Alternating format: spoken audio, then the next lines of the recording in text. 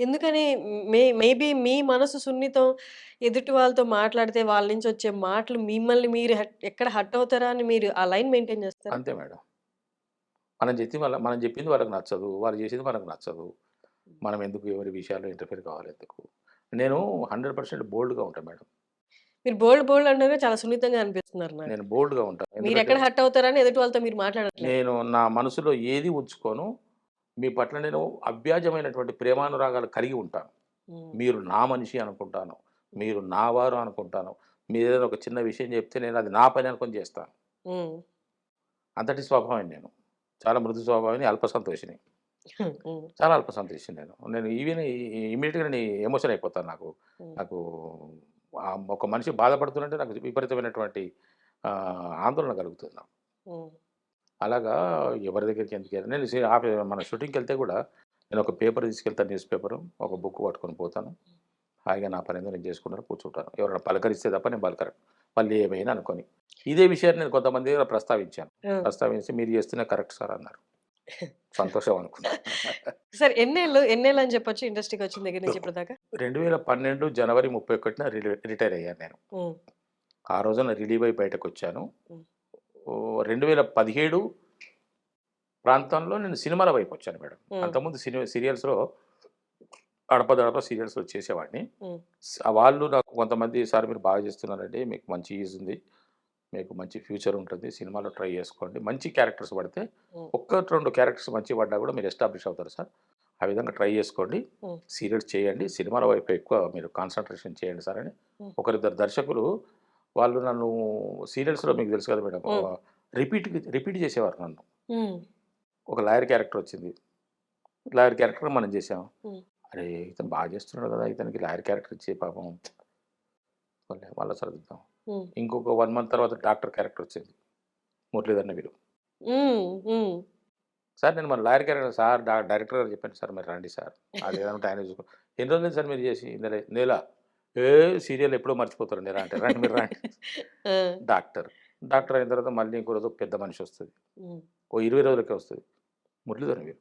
ఎ same అదే సీరియల్‌లో అన్ని రోల్స్. చేశాను మేడం. చేశాను. ఆ! ఎందుకంటే ఆ సీరియల్ కదా! ఎవరు గుర్తుపెట్టుకుంటారు? ఆ! ఒక్క సీను. యాహ్! యాహ్! అది యాహ్! కంటిన్యూటీ కాదు గదా! హ్మ్. హ్మ్. హ్మ్. ఒక్క సీను. హ్మ్. మహా అయితే 2 సీన్‌లు. హ్మ్. 4 డైలాగులు. హ్మ్. డైరెక్టర్ ఏం కోరుకుంటాడు? నన్నెందుకు రిపీట్ చేశారంటే దీంట్లో చెప్పండి మీరు? నన్నెందుకు రిపీట్ చేసుంటారు? డైరెక్టర్ పని ఈజీగా అయిపోతది కాబట్టి. That's all. Hmm. No more takes. ఎటువంటి ఇబ్బంది లేకుండా హ్మ్. అదేదో ఇచ్చేస్తే ఆయన చేసేసుకుంటాడు వెళ్ళిపోతున్నాడు. నన్ను సాటిస్ఫై చేస్తున్నాడు. ఓకే. అయిపోయిందండి బాబు మీరెళ్ళిపోవచ్చు ప్యాకప్. ఆయనకు అంతకన్నా సుఖం ఇంకోటుండదు. అంతే. డైరెక్టర్ గారు ఏ ఆర్టిస్ట్‌ని ఇష్టపడతారు అనంటే, కొంతమందినే రిపీట్ చేసుకుంటారు. ఆయనకు, ఈయనకు మధ్య ఏదో సంబంధం ఉన్నది అని అనుకుంటే, హ్మ్. ఏం సంబంధం ఉన్నది అనంటే, దర్శకుడికి, నటునికి ఉన్న సంబంధం ఉన్నది. హ్మ్. చెప్పింది ఆ నటుడు అర్థం చేసుకుంటాడు. ఆ నటుడు దర్శకుడిని అర్థం చేసుకుంటారు. హ్మ్. ఇద్దరి మధ్య ఉన్నటువంటి అవగాహన ఫ్రూట్‌ఫుల్ రిజల్ట్ వస్తుంది. అందుకే అతను ఇష్టపడతాడు. ఇంకేముండదాడ. ఇతని మీద అతనికి ప్రేముండదు. అతని మీద ఇతనికి ప్రేముండదు. హ్మ్. వ్యక్తిగతంగా. ఆ వ్యక్తి పని పట్ల ఇద్దరికీ ఉన్న మక్కువ తప్ప. అంతే. ఇతనికి డైరెక్టర్ గారికి ఒక పని కావాలి. హ్మ్. ఆయన కోరుకున్నది ఆయన ఇవ్వగలగాలి. అతను ఇతన్ని సాటిస్ఫై చేస్తున్నాడు. హ్మ్. కాబట్టి ఆ విధమైనటువంటి ఫ్రెండ్‌షిప్ పెరుగుతుంది. వారిద్దరి మధ్య అన్యోన్యత పెరుగుతుంది. అనుబంధం పెరుగుతుంది. ఈజ్ అవుతుంది. కానీ ఈ ఒక 5 ఏళ్ళు అనుకుందాం సార్. 5 ఏళ్ళు, 6 ఏళ్ళు అనుకుందాం. ఈ 6 ఎస్. ఏళ్ల జర్నీలో సినిమా ఇండస్ట్రీలోనే మీరు ఎక్కువ మందిని కలిసే ఛాన్సెస్ ఉంటాయి. ఒక సెట్‌లోనే మనకి వందల మంది కనిపిస్తారు. ఈ 6 ఏళ్ల ఈ జర్నీలో ఎక్కడ ఒక మనిషి మీకు సింక్ అయ్యే మనిషి, ఈ మనిషితో మాట్లాడదాం అని అనిపించలేదా ఎక్కడ ఈ సెట్‌లో? 6 ఏళ్లలో ఒక్కరు కనిపించలేదా? ఆ పూట కనిపిస్తుంది. దాన్ని కొనసాగించాలని నాకనిపించదు. హ్మ్. కొనసాగించేలాగా నేనుండను. హ్మ్. ఎందుకంటే నేనున్నంత ఫెయిర్‌గా అతనుండాలి గదా! అవతలతను. హ్మ్. కదా! ఉండరు మేడం. అంతే అంటే అంటే ఎందుకుండరు అనంటే ఉండరు. నాకు నాకు కుదరలేదట్లా. ఓకే. ఓకే. ఆఫ్‌కోర్స్ నేను ప్రేమిస్తాను వాళ్ళని. హ్మ్. నేను గొప్ప విషయంగా భావిస్తాను. 'హర్షిని' గారితో ఈరోజు ఇంటర్వ్యూ చేశాను అనంటే, 'హర్షిని' గారితో ఇంటర్వ్యూ చేశాను కాబట్టి నాకు మంచి అనుభూతి కలిగింది. హ్మ్. అనేటువంటి ఫీల్‌లో నేనుంటాను. అంతే. హ్మ్. అంటే దాన్ని ఇంక ఎక్కువ ఇంకా ఎక్స్‌టెండ్ లేదు. లేదు. బియాండ్ లేదు. హర్షిని గారితో నంబర్ తీసుకొని మేడం గుడ్ మార్నింగ్ మేడం అని చెప్పేసని ఎలా ఉన్నారు అవి ఇవి లేవు. యాహ్! అండర్‌స్టాండ్ అంటే కంప్లీట్‌లీ. ఈవెన్ అంటే నేను ఉదాహరణ మీ పేరు చెప్పాను. హ్మ్. ఆర్టిస్ట్ మేల్ ఆర్టిస్ట్ తీసుకున్నా గూడా అర్థమైంది. అట్లా నేను రోజు ఒక 15 మందికి ఉదయం లేవగానే హ్మ్. 15 మంది ఉన్నారు నాకు హ్మ్. లేరని కాదు. హ్మ్.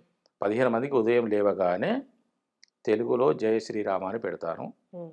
ఒకరిద్దరు ముస్లిం ఫ్రెండ్స్ ఉన్నారు, క్రిస్టియన్ ఫ్రెండ్స్ ఉన్నారు. వాళ్ళకి గుడ్ మార్నింగ్ అని పెడతాను. హ్మ్. వాళ్ళ నుంచి నేను ఆశించను. నేను వాళ్ళకి నమస్కారం చేసుకుంటాను పొద్దున. ఆ! తిరిగి వాళ్ళు నాకు పెడుతుంటారు. పెడతారు. అంతే. ఓకే. అంతే. వీళ్ళతోని మాత్రమే నేను ఏదైనా ఉంటే అప్పుడప్పుడు మాట్లాడుతుంటాను. హ్మ్. ఆ 15 మందిలో ఐదుగురిని పక్కకు పెడితే ఒక 10 మందితోనే మాట్లాడతాను. ఓకే. అది ఎప్పుడన్నా. 'బలగం' సక్సెస్ తర్వాత హ్మ్. First 'Tillu'. 'Tillu', 'Balagam' and 'Tillu square' success తర్వాత ఈ సక్సెస్ చూసిన తర్వాత ఏ ఆర్టిస్ట్‌కైనా ఆశ మొదలవుతది. హ్మ్. ఆశ మొదలవుతది. ఓకే. నాకింకా మంచి పాత్రలు రావాలి. నన్నింకా జనం చూడాలి. జనం చప్పట్లే గదా! మనకి ఆనందాన్నిచ్చేది. ఆ చప్పట్లకి ఒక రకంగా చెప్పాలంటే ఆహ్, అలవాటు పడిపోతారు. మీకు ఆశ కలిగిందా? అంటే వ్యసనంలా అవుతుందా అది? అలవాట్లేదు మేడం. లేదా? లేదు. అది అవ్వదు గూడా నాకు. కాకపోతే నేను కోరుకునేదొక్కటే. ఇంకా కొంతకాలం, మరింత కాలం హ్మ్. దేవుడు నన్ను ఈ విధంగా అనుగ్రహించాలి. పాత్రలను పోషించాలి. మంచి మంచి పాత్రలను కొన్ని పాత్రలు కొంతమందికి సజీవంగా నిలిచిపోతాయి మేడం. హ్మ్. కొంతమంది కెరీర్స్‌లో మైలురాళ్ళలాగా. హ్మ్. తనకు తాను తృప్తి కలిగించకపోయినా ప్రేక్షకులకు తృప్తి కలిగిస్తుంది. హ్మ్. అలాంటి పాత్రలు చేయాలనేటువంటి కోరికుంది.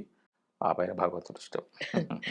సార్ మీరంటుంటే నాకదే గుర్తొస్తుంది. 'టిల్లు స్క్వేర్‌లో' అంటే బయట నుంచి చూసే వాళ్ళకి ఏముందది ఒక డైలాగే గదా! అనిపిస్తది. కానీ ఆ సీన్ మొత్తం సమ్మప్ చేసి చూస్తే ఆ డైలాగ్‌కి మీ ఎక్స్‌ప్రెషన్స్‌కున్న ఇంపాక్ట్ ఆ ట్రైలర్ మొత్తంలో కనిపిస్తదనమాట. మేమేం పెంచలేదు సార్ ఆడే పెరిగాం. మీకు అంటే యాస్ ఎన్ క్యారెక్టర్ ఆర్టిస్ట్‌గా హ్మ్. హ్మ్. మొత్తం సినిమా చెప్పరు కొన్ని సార్లు. హ్మ్. ఆ సీన్ వరకు చెప్తారు. లేకపోతే మీ పాత్ర వరకు చెప్తారు. అవును. బట్ ఓవరాల్ మన సినిమాని ఊహించుకోవాలి. అందులో సింక్ అయ్యేలా చూడాలి. ఎక్కడ ఓవర్ ప్లే చేయకూడదు. అండర్ ప్లే చేయకూడదు. అది మీరెలా కాలిక్యులేట్ చేసుకుంటారు? అది నాకనవసరం. హ్మ్. ఇప్పుడు మీరు చెప్పిన ఈక్వేషన్సు, హ్మ్. కాలిక్యులేషన్సు, బేరీజులు, హ్మ్. మంచి చెడ్డలు నాకనవసరం. హ్మ్. మీరు 3,00,00,000, 4,00,00,000, 5,00,00,000, 10,00,00,000, ₹1,00,00,000, 50,00,000 పెట్టి ఒక సినిమా తీస్తున్నారు. హ్మ్. దాని మంచి చెడ్డలు మీకు అవసరం. నాకేమవసరం? నాకు మీరొక పాత్ర ఇచ్చారు. నా హ్మ్. పాత్ర వరకు నేను చేసుకుంటున్నాను. ఓకే. బట్ సింకింగ్ అనేది పక్క యాక్టర్స్‌తో ఓవరాల్ అది మూవీ టోన్‌తో డైరెక్టర్ గారు చూసుకుంటారు. నాకు పని లేదు కదా! హ్మ్. నేను పెద్ద ఇమేజ్ ఉన్నటువంటి, పెద్ద పాపులారిటీ ఉన్నటువంటి నేను ఫలానా క్యారెక్టర్సే చేయాలి. అంత పెద్ద రేంజ్ ఉన్న ఆర్టిస్ట్‌ని కాదు మేడం నేను. నా దృష్టిలో నేను కాదు. మీ దృష్టిలో నేను కావచ్చు. హ్మ్. నా దృష్టిలో నేను కాదు. హ్మ్. నాకు పెద్ద కమర్షియల్ సినిమాలొస్తే అప్పుడు నేను అదే ఆలోచించాలి. హ్మ్. పెద్ద పెద్ద సినిమాలు, పెద్ద పెద్ద హీరోల సినిమాలు, పెద్ద పెద్ద క్యారెక్టర్‌లొస్తే హ్మ్. కదా! హ్మ్. ఆ రేంజ్‌లో ఉన్నటువంటి క్యారెక్టర్‌లొస్తే అప్పుడు మనం డౌన్ కాకూడదు. ఆ సినిమా మొత్తం మీద మన ప్లే ఎలా ఉంటుంది అని ఆలోచించుకోవాలి. హ్మ్. నేను చిన్న చితక వ ఉన్నటువంటి పరిస్థితుల్లో హ్మ్. ఆటోమేటిక్‌గా నాకు అవకాశాలొస్తున్న పరిస్థితుల్లో మీరొస్తున్నారు. హ్మ్. సార్ నేను ఒక సినిమా ప్రొడ్యూస్ చేస్తున్నాను సార్. మీరు ఒక క్యారెక్టర్ అనుకున్నాం సార్. హ్మ్. చేసి పెట్టండి సార్.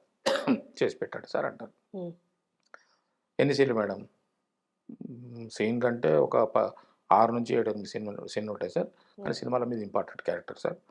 వర్క్ 7 డేస్, 5 డేస్ ఉంటుంది సార్. హ్మ్. చేద్దాం. హ్మ్. ఎంత సార్? ఇంత. హ్మ్. అంతనా సార్? మరెంత? ఇంతే సార్. కానీ